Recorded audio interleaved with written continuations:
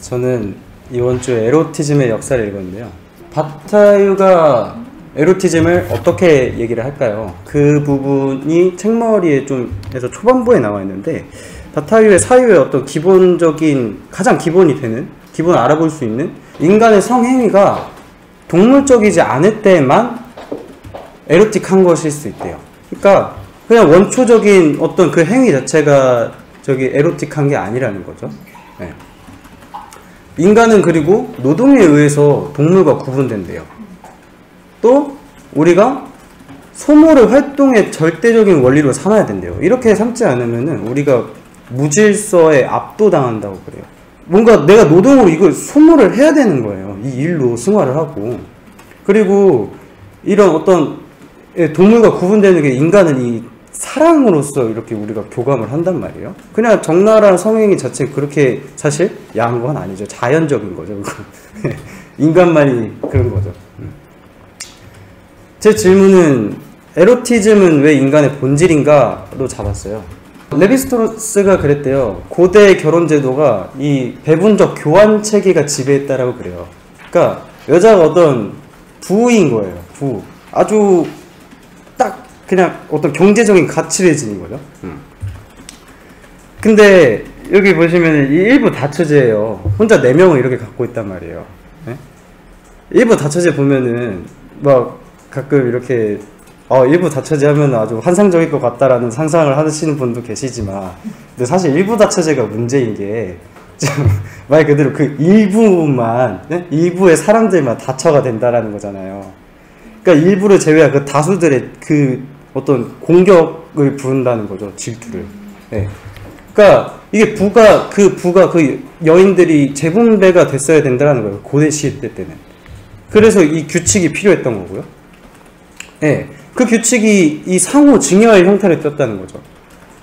이 여자를 이렇게 내 쪽에서 이렇게 선물로 줄게. 가족 구성원 중에 한 명인 여자를 이렇게 선물로 줄게. 그러니까 너도 그쪽에서 여자 한 명 이렇게 해서 줘. 그런 어떤 선물로서의 어떤 증여의 형태가 있었다는 겁니다. 제가 지금 설명을 돕기 위해서 경제성에만 국한시켜서 설명하긴 했는데, 사실은 전체적인 어떤 사회 현상으로 봐야 되는 거죠, 지금. 네, 사회적이고 종교적이고 뭐 이런 의미로. 에로티즘을 일반 경제의 틀 속에서 접근해 보겠다라고 해요. 근데 이 그냥 경제도 아니고 지금 일반 경제다라는 말을 하는데, 지금 자본주의적인 어떤 경제 가치는 항상 그 어떤 재화의 부의 축적이거든요. 근데 오히려 바타유는 이 소모에 중점을 둔단 말이에요. 그러니까 이 축적만이 있으면은 이 폭력으로 나간다는 거죠. 어떤 계속된 축적만 있으면. 그래서 소모를 중요시하는 건데, 이게 더 그런 의미로서 지금 일반 경제를 말하고 있어요. 이 성행위의 밑자리를 차지하는 게 이 증여의 원리고, 항상 의식의 성격이 있었대요. 그래서 이 결혼식 같은 것도 보면 항상 화려하게 하고, 어떤 축적된 에너지를 터뜨리는 거죠. 증여를 함으로써, 선물을 줌으로써. 그래서 여자란 본질적으로 교환에 받쳐지게 태어났다라고 이렇게 얘기를 합니다. 여인들은 그 노동력을 결국에는 생산해낼 수가 있잖아요. 그래서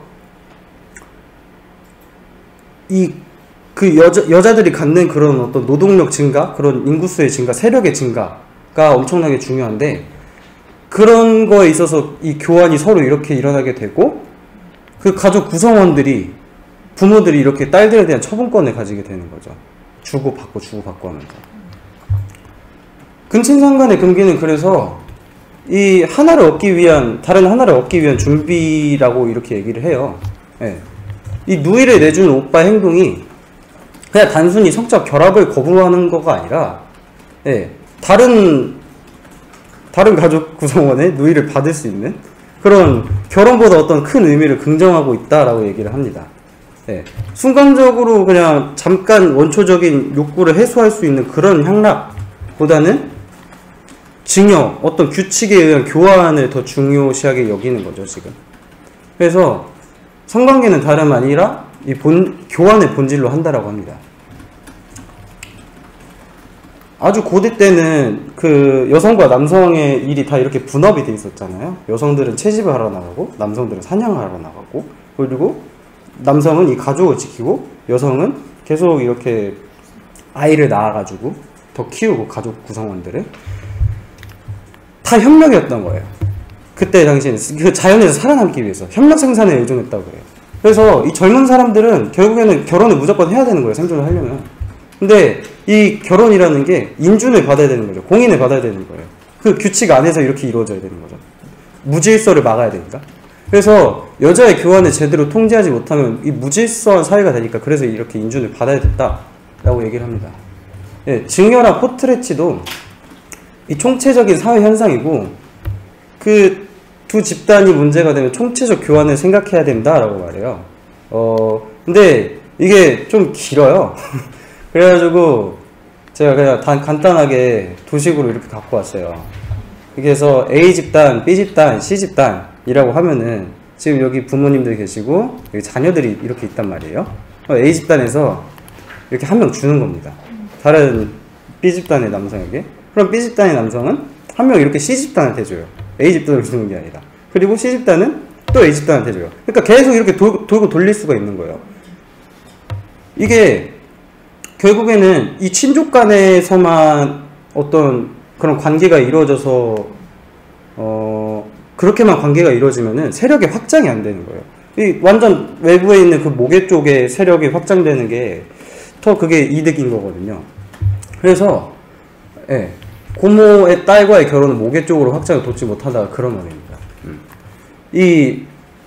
이런 측면에서 여자들의 물질적 있다라는 표현을 이렇게 합니다. 예, 좀 저도 함부로 말하기가 어려운 텍스트라 가지고. 예.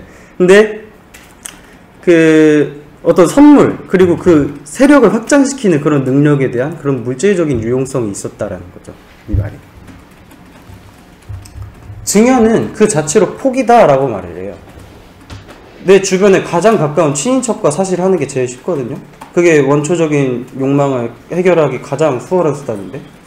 근데 그런 의미에서 이거를 포기하고 그 규칙 아래에서 이 세력 확장을 위해서 증여의 규칙을 이렇게 만든 거죠. 네. 여자의 증여는 성행위의 대체행위고 이 자원을 낭비한다는 점에서 성행위와 같은 의미를 갖는데요. 결국에 성행위도 딱히 조건 없는 오직 쾌락만을 위한 어떤 소모거든요. 그러니까 그런 점에서 이 같은 의미를 갖는 거예요. 네. 그래서 이 금기를 토대로 삼는 포기만이 그 증여를 가능하게 한다 그래요. 근데 이게 바로 인간성이라고 합니다. 인간성은 그런 어떤 무질서한 무규칙적인 그런 원초적인 본능만 있는 그런 동물성을 극복해서 스스로 금할 줄 아는 거부정신인 거예요. 네. 그래서 자연과 문화의 구분을 가능하게 하는 가장 기본적인 밑자리다 라고 이렇게 표현을 합니다.